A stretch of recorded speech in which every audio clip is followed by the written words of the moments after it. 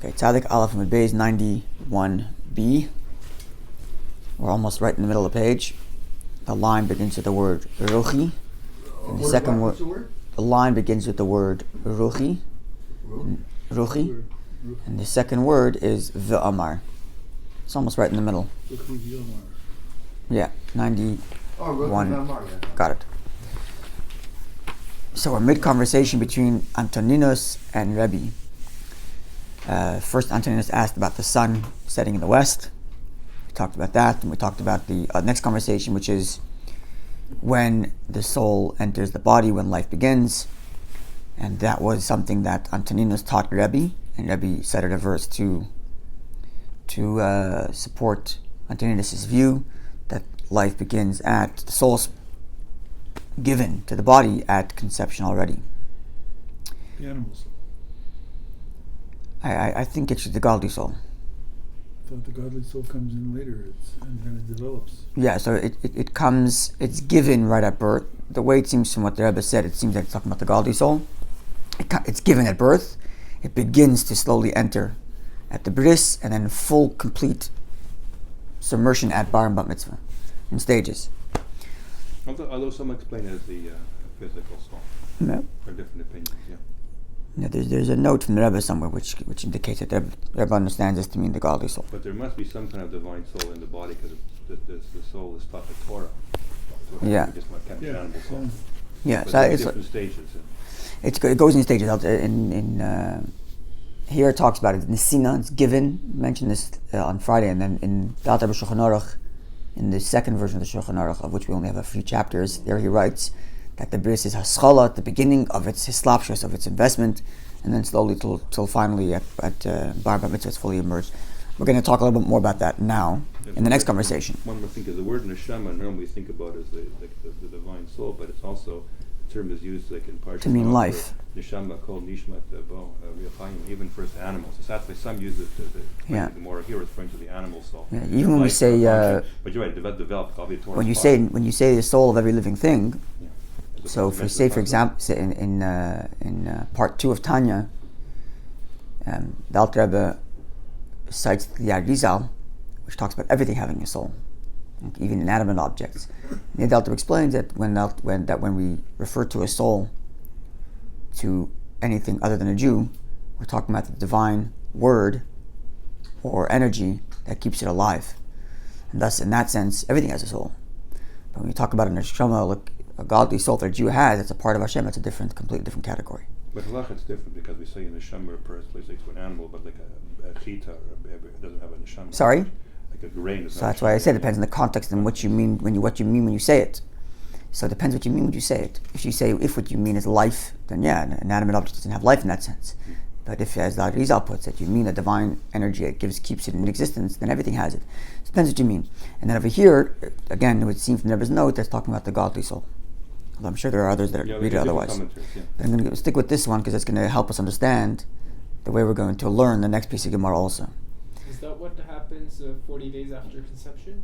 So that's what he's arguing about here. Rebbe said that it begins at 40 days after conception, whereas Antoninus said it happens right at conception, and Rebbe concedes to Antoninus that it happens at conception.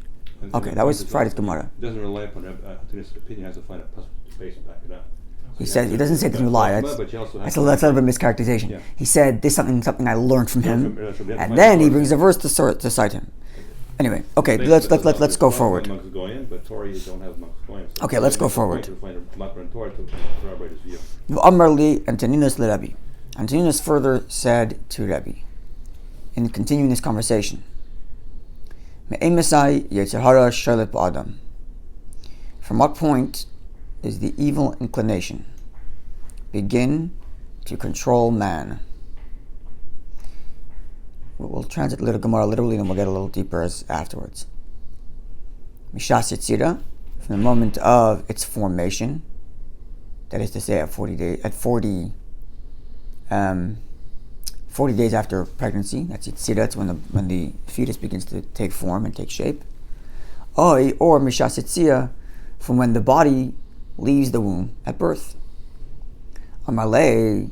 So Rebbe responded, Mishas Yetzira, from the time of formation, from the time of when the fetus begins to form It already has the Yetzer Hara. Amar Lei, Sanhedrin said, can't be. It cannot be that the body has a Yetzer Hara of an evil inclination in the womb.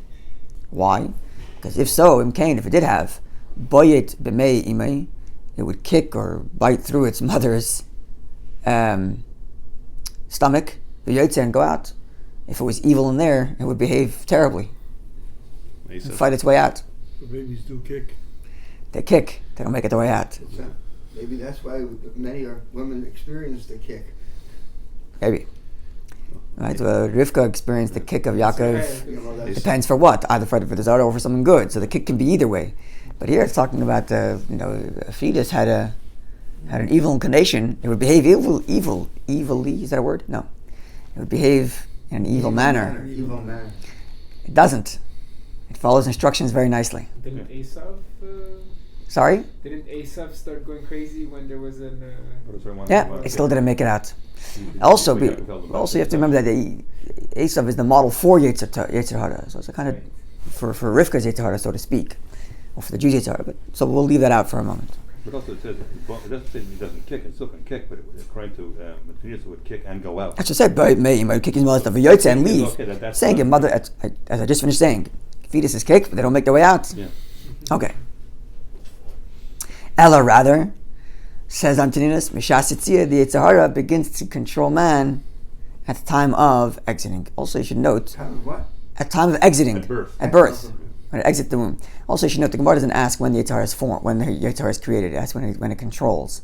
It means it could be that the Yetzer Hara before, and she doesn't have any control yet to exercise what it really would like to. But at birth, it already does. Amar Rabbi said, again, Dover Zeh, this matter, Lamdeni, Antoninus taught me. Umikr Masayaitai, and a verse supports his view that the Yetzer Hara begins to sholet, control, to be active at birth. Shneimar, as the verse reads, the Pesach Chatos Revitz. Sin crouches at the entrance. So, 4:7. sorry? Chapter 4, verse 7, I think, of Bereshit. Yeah. And, Christ at the door. yeah, so the idea is that a person's always on the precipice of sin. A person should never think of himself as, I'm in the clear, and I'm incapable of sinning anymore. Unless a person's a tzaddik, as we learned in Tanya over weeks in our classes. Remember this, no doubt? In Shabbos, that unless a person's a tzaddik in which they've completely transformed their evil inclination and they no longer are inclined to do anything negative, even the person who hasn't sinned in years and years and years should view themselves as if they are capable of sinning at any moment. Because indeed, there's some part of me that's always capable. That's the simple reading of this verse. But Rebbe is now using this as a support to Antoninus' view, the Pesach at the opening, at the gate, Revetz Chatos, that's when sin crouches. Meaning only at the opening, only when the womb opens and the child emerges, as opposed to before the gate, before it's open. End conversation between Antoninus and Rebbe. No opinion at conception? No, interestingly enough. Yeah. And that's what I want to address now. There's no opinion that the Yetzer Hara begins at conception. When it comes to the Neshama discussion, birth is way too late for the Neshama to enter. There's no view. It was either at the time when the fetus is formed at 40 days, or at conception, conclusion at conception. With the Yetzer Hara, conception for sure not. The question is it at the time when the baby is formed, 40 days, or at birth? So perhaps let's explain this according to Chassidus, and we'll throw in another Gemara. The famous Gemara which said that Yetzer Hara has a claim that it's first. Because the Yetzer Hara, the good inclination is only there at bar mitzvah. The Yetzer Hara is there, as we just learned, at birth. So the Yetzer Hara says, I'm here first. Which is also why it explains why it's harder to it's easier to fall for the Yetzer Hara than it is to fall for the Yetzer Tov. Because it's got 13 years on you. You to put it into more like psychological simple terms. You start off your life being self-centered. When a baby's hungry, the baby cries. Mother has to get out of bed and feed me, not my business. I'm crying because I'm hungry. It's me, I want. And then you have to, as you get more mature, at 13 is when this begins, when this maturity is supposed to start taking root, is you start thinking about bigger than just yourself. But the default setting is selfish, is the Yetzer Hara. And here, but in this Gemara, we're talking about if again we're going to go with everybody's understanding that the Neshama here means the godly soul, then we're actually talking about the godly soul coming first, either at formation or at conception, and the conclusion is conception, and the conclusion of Yetzer Hara is at birth. So here the Neshama actually has 9 months on the Yetzer Hara. So what's going on? Goes against Gemara then. Which seems to be a contradiction. So what's happening here? That's I'm raising this issue. So perhaps it's explained as follows. There's a pamphlet that the Rebbe Rashab, the 5th Chabad Rebbe, published called Kuntres Umayon. Kuntres Umayon, it's called Umayon because the opening verse of the discourse is Umayon B'beis Hashem Yetzer. It's a verse.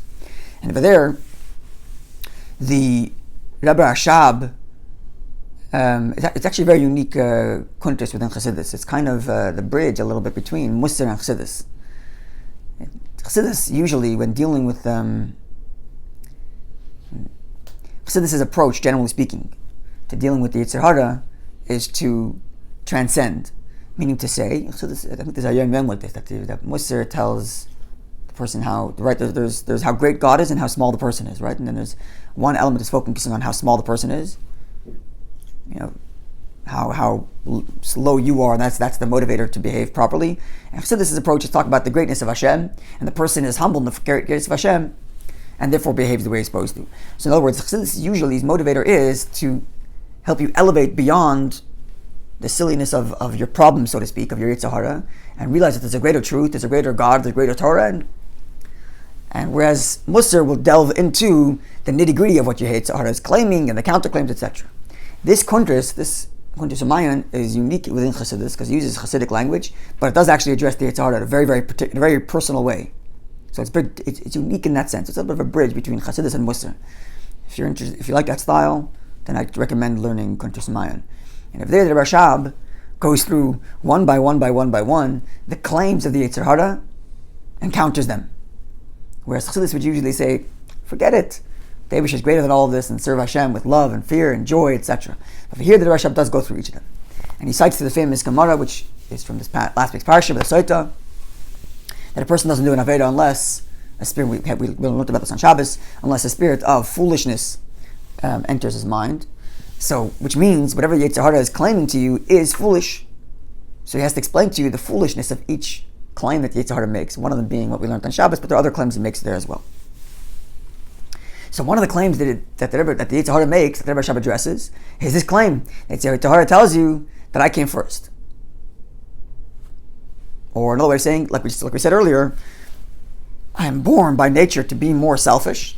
Yetzer Hara is first. So how do I fight that? This is one of the claims Yetzer Hara tells you. So what's the counterclaim? So the Rebbe Rashab, so far as I remember, because it's this style, we end up learning it first. It's one of the first parts of Chassidus you learn in yeshiva. You know, to help you learn how to deal with Yetzer Hara. I just recently reviewed it with one of my chavrusos. At any rate, I don't know the Gemara that the Rebbe Rashab cites this Gemara, but the Rebbe Rashab's answer, the counterclaim to the Yetzer Hara, which says I'm here first, the counterclaim, the response that the Rebbe Rashab provides to the Yetzer Hara would fit very well with this Gemara. And he says like this, that it's true that in manifest experience, the Yetzer Hara comes first. In our conscious experience, we start off selfish, Yetzer Hara. But in the source, the Yetzer Hara is higher. So he explains this in Kabbalistic language, and I'll be brief with the Kabbalah of it, but it's interesting nonetheless. In Kabbalah, based on which finds its parallel in Midrashim and the verses, obviously, the world begins with Tayu, and then comes Tikkun. So Tayu means the world of chaos, and there's Tikkun, which is the world of order. We live in the world of order. Everything follows in a proper structure, not just physically. The ecology, is that the word? The ecosystem of this world runs very, very logically in a very structured fashion. And likewise, the spiritual structure of divine energy that comes to this world is very structured. But preceding the world of structure, there's a world of chaos. What makes it chaotic? What makes the world of Tayu, as explained in Kabbalah, is when there's an intense amount of divine energy, and there aren't enough what Kabbalah refers to as kalim. There aren't enough tools or vehicles to transmit that energy the thing explodes, and you have like bursts of energy that cannot be contained in anything. Right? You can think of it as electricity. If you plug in, it's like the fuse blew, but you don't have a controlled. A fuse is a controlled burst of energy so that you don't blow up your house. But if you didn't have that, your house would blow up in theory, right? If it was strong enough. So that's what Olam HaToyu is. The Yetzer Hara comes from the world of Toyu. From Toyu, Olam HaToyu, the world of chaos. Why is that? The world of structure, of tikkun, of order, wouldn't have such evil proclivities. Everything's structured. You only get divine energy if you're worthy of it. So Yetzer Hara, Yetzer Tov gets. But the Yetzer Hara, this energetic thing in me, gets its life from Toyu, from the world of chaos. So even in the world of Kabbalah, Yetzer Hara comes first. But then the Rebbe explains as follows. The world of Toyu and the world of Tikkun are all within the realm of creative force. But then when you go dig deeper, and you come to the one who makes the worlds, Hashem himself, and you ask Hashem, what do you want? Yetzer Tov. So in the deepest source, within the Creator, who makes this world of chaos and the world of structure, Yetzer Tov comes first. The first thought, the first desire of Hashem is Yetzer Tov. In the world language of Kabbalah, Pnimius Abba, Pnimius Atik, meaning to say that the structure itself is, even though it's lower than the world of order, even though it's lower than the world of chaos, but the world of order has its root in a deeper part of Hashem's desire, because what Hashem really wanted was the order, the world of structure, the world of tikkun, the world of the Yetzer Tov, not the world of chaos, the world of the Yetzer Hara. Even though in the way they manifest, the world of chaos comes first. So likewise here, the way the person manifests, the way he's born in his manifest experience, Yetzer Hara comes first. Yetzer Hara comes first. But in the way they are designed in the womb, that's to say, in their source, before they even begin, Neshama comes first. And there was no thought that the Yetzer Hara comes at conception. Because the first thing of the Jew, maybe not his conscious experience begins at birth, that's his Yetzer Hara comes first. But his deeper, truer truth comes first is Neshama at conception. And therefore there was no even Havamina, there was no even thought that the Yetzer Hara would be given at conception, because that would leave no room for the Neshama to come first. And thus, so in a way, so then the result of it is as follows. You have first in the pre-conscious experience is Neshama. Then comes Yetzer Hara. And then in conscious experience at birth is again Yetzer Hara. And then finally, Yetzer Tov is fully conscious only at Bar Mitzvah. But the Yetzer Tov can hearken back and can get its strength from the original entry of the Neshama that comes even before the Yetzer Hara. Or in the language of the Rebbe Rashab there, the Yetzer Hara, the Yetzer Tov, gets its power from Hashem's choice of it, which precedes the world of chaos, which is where the Yetzer Hara gets its strength from. So perhaps this connects the two Gemaras and reconciles everything using this idea from the Rebbe Rashab. Is that clear? Okay. We have a few more minutes, so we're going to go a little bit forward. The next Gemara is actually beautiful, and to my mind, it's a prophecy of today's day that we're getting very close to. Okay. We're going to begin now a section of the Gemara, which will continue, God willing, over the week, where the Gemara is going to raise a number of verses that seem to contradict each other with respect to the coming of Mashiach, and it's going to begin to reconcile these contradictions. And as we reconcile these contradictions, we're going to get an image of what Mashiach's time looks like starts to emerge. And then we're going to get back to our original discussion of citing proof text for the idea of the resurrection to begin with. So the first contradiction that's raised is as follows. Reish Lakish, that's the last word on the narrow set of lines. Is there Reish Lamed there? Reish Lakish Rami. Reish Lakish raised the following contradiction. See, one verse reads, Bam Iver. The next Gemara I was going to say is a prophecy, but we'll get there. Bam Iver Upiseach Har V'Ledes Yachtov. that the verse is where's the verse? There, it's not here. Yeah. In Yirmiyah, I'm gonna. Sorry. Yeah, in verse hey, there. Yeah. What? Jeremiah 5? Jeremiah 31:7. Ingathering of the exile. So I was talking about the ingathering of the exile, and over there it says that everybody's going to return, and there the implication is that there is healing. Because there are the defects, Yeah. blind and limping. Yeah, even the sorry, not that there's healing, the reverse. Here it implies that they're going to remain as they are. In other words, the lame will return, the blind will return, the pregnant will return, the one who just gave birth will return, as if to say that even when they come back, they're still going to retain their whatever issue they have. The Ksiv and elsewhere verse says, "Az yidale ka'ayel piseich v'tzira in l'shayin ilim kinifku b'mimber v'nechalam ba'rava." Now, the verse says it's a similar verse, but the no, it's not. It's Yeshaya. It's in Isaiah 35:6. There it says that the lame will jump, will spring like the ayil, like a deer, like a ram, and the mute will begin to speak. His tongue will move. So implying there's going to be healing. So do they come back in their defects, or do they get healed? Yetzer has its work, says Reish Lakish. They rise up, they return to life with their defects, and then get healed. So it's an interesting thing. They're not going to get they won't arise with their healing, but they'll arise with their defects and then get healed. So I guess it's like a double miracle. There's resurrection of the dead, and then once resurrection happens, then they get healed. Okay. Next contradiction of the day. Ula Rami. Ula raised the following contradiction, and this I think is a mamash prophecy for today's day and age.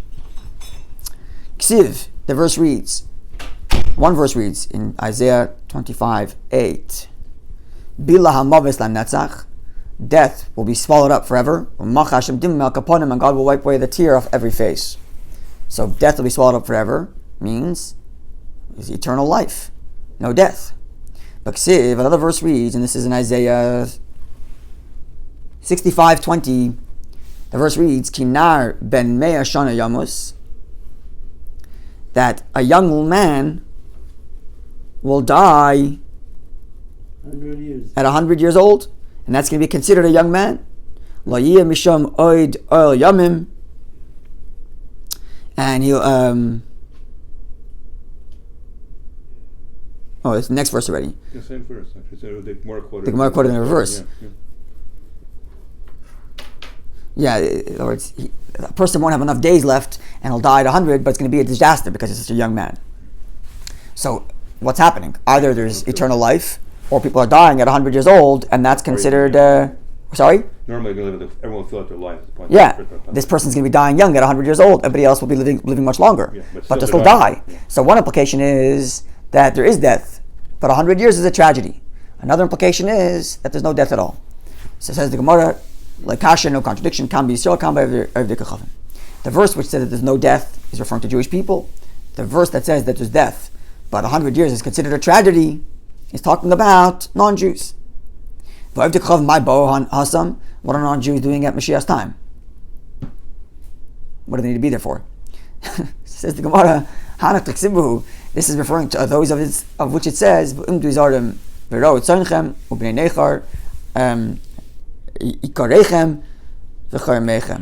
that foreigners, means non-Jews, will rise up and watch your sheep and watch your lands. Meaning to say that there will be plenty of non-Jews around to keep the world of commerce running, while the Jew could spend his time studying Torah. We're seeing it in Israel today with a lot of Filipino people helping the Jews. But there's another element of this that I want to share that I think is a prophecy. So first of all, let's get back to the original Gemara, which said that the verse which says that there's no death is referring to the Jewish people. And the one that says is going to live for 100 years, and 100 years is considered a young man dying, is non-Jewish people. Our world today, right now, is getting to this point where a 100-year-old death is going to be a tragedy. Rewind 100 years ago, probably even less, a 60-year-old man who died was not a tragedy. It was normal. Today, a 60-year-old man passes away. It's a young man. Even a 70-year-old person dies, it's a young person. We're pushing the limits of that more and more and more and more. Increasing lifespan. 100, not even a doubt. And it's not it's not some crazy prophecy to say that a 100-year-old person's death is going to be a tragedy. It's not out of the question nowadays. Especially if you consider the fact that we're going to an era of 3D printing. And the 3D printing limbs. There's no reason not to imagine that at some point in the next 2-3 decades, forgetting, this is the ultimate miracle, but forgetting super rational intervention, the world progresses naturally as it is, which in and of itself is a huge miracle if you stop to think about the world's natural progression. But in the way we see it, in this natural progression of science, there's no reason not to think that we won't be able to print a new heart, a new lung, a new liver. At the moment, right now, the only item that we can't think that we haven't had, let's say, a pure cure for is God forbid, brain damage, like Alzheimer's and things like that, things of that nature, which they're working on cures for that also. But at the moment, there's no reason to think that if a person has a heart failure, keep them alive for 25 minutes on what do they call it? On Heart machine. the heart machine. What's it called? Life Life support, and print them a new heart in the meantime. How long is it going to take? Now it's very expensive and it's all kinds of things, but it's no reason why to think that's not going to happen. Same thing true as a lung. And if that's the case, then why shouldn't a person live to 200-300 years? Why not? We'll print you a new heart, print you a new lung. They can replace parts, sure. Why shouldn't we? It's not something that's out of the question. You told this to your grandfather, he would think you're off the moon.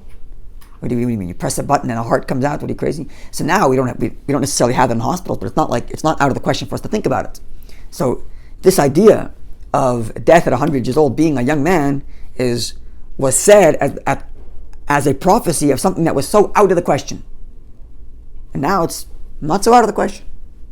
So you can literally see, like they used to say, open your eyes. Literally seeing the world around us. So the world is progressing without any apparent supernatural intervention. Although, of course, if a person has eyes, they see that it's all supernatural intervention. All this, even the fact that we have the capacity of even imagining a new heart that's being printed is itself a miracle. But at least we can kind of watch our world progress at this speed, at a rate that nobody predicted. And you hear the prophets thousands of years ago describing things that at the time were only fantasies. Another thing, this is the most classic one. Over here is one where we talk about someone dying at 100 years old being a tragedy, which again, as you just said, is not out of the question nowadays to think that that's going to be the future in the very near future. But another one I like to cite to all the time is, imagine you were a prophet and God came to you and showed you an airplane and said, this is how Jews are going to go to Israel, to go to Eretz Yisrael. When Mashiach comes, we're all going to get on airplanes. You're a prophet, you never saw an airplane in your life. How do you describe it to the people? Kanfei Nesharim. On the wings of the... On the wings of eagles, because you have no other way. What are you going to tell people? A plane? They don't know what you're talking about. So I haven't seen that written anywhere, but it would seem quite obvious to me that all of these prophecies that people laughed at Jews for being fantastical for years and years, and now we're watching the world progress in a rapid pace. So it's a very exciting time to live in, and God willing, we'll see the fruition of all this stuff immediately. Have a wonderful day, everybody. The overture is in